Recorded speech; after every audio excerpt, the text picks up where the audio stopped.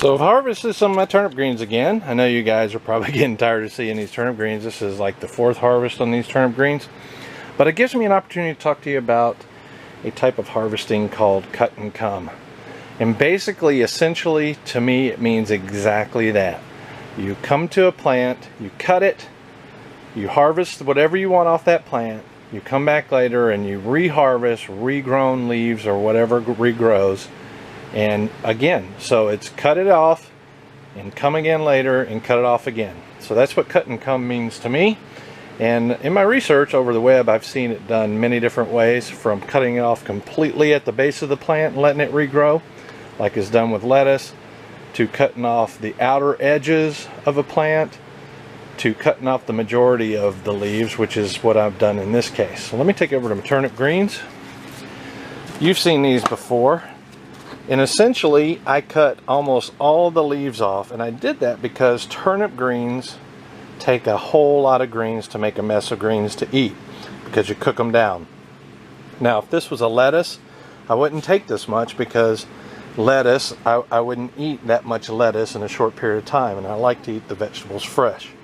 So I've come out here and I've taken most of these off, and I left the center pieces here so that it'll photosynthesize and continue to shoot up new healthy leaves. This is what it'll look like. Nice big healthy leaves in another couple weeks or so. Now, the only reason it stops doing that, you can cut and come over and over and over, but in my experience, the only time it stops doing that is when it gets really hot. In the case of most greens, because it knows its time's about over, and it's going to shoot up the seed stalk, try to produce seeds and carry on the lineage, reproduce. So that's about the only time. Sometimes when it stresses, you start it out too hot, or it feels it's not a good environment to grow in, it'll bolt. It's called bolting a lot sooner. And bolting is when it shoots up the seed stalk. So cut and come, what does it work with? I know, obviously, it works with turnip greens because I've tried it. I know it works with spinach because I've tried it many times. And spinach and turnip greens, you both cook a lot of them down to make a meal. With lettuce, I know you can take a lot of the outer leaves and it'll continue to grow back. And I haven't tried it yet, but I've seen it.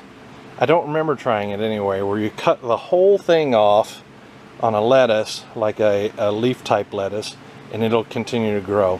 And I think that's probably pretty viable as long as you cut up enough away from the base, because if you cut too short, the very center where all new leaves come from will get cut off, and therefore it won't continue to produce, and it will rot.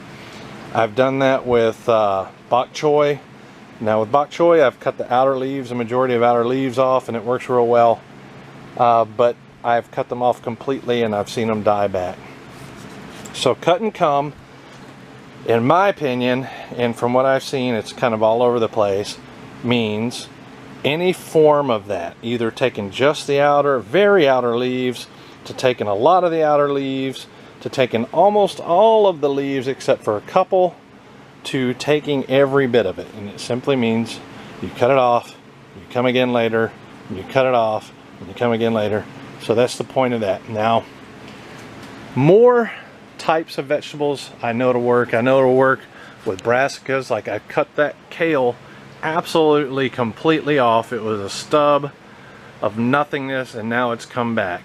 And that's going to continue to do. Well, kale kind of grows all year long, actually. But I know from experience with a lot of brassicas that at least on the second season, it'll flower almost always. So I know that this spring that kale is going to flower and it'll be done. Other vegetables where I've seen it not necessarily called cut and come, but to me it actually is like broccoli. You could cut the majority of broccoli off and it'll come back with the little broccoli florets. You don't even need all the leaves. It'll try to regenerate leaves as well. But there's several types of basically any type of leafy vegetable. As long as you don't cut the very center out too short, it'll all come back. So this is Brent, you guys. That's my take on cut and come. We will see you later.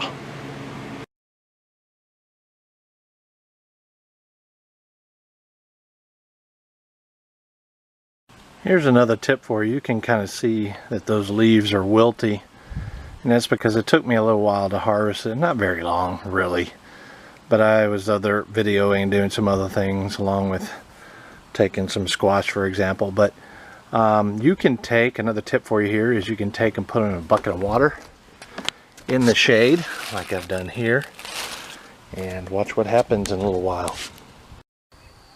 What do you think? Looks a little better, huh?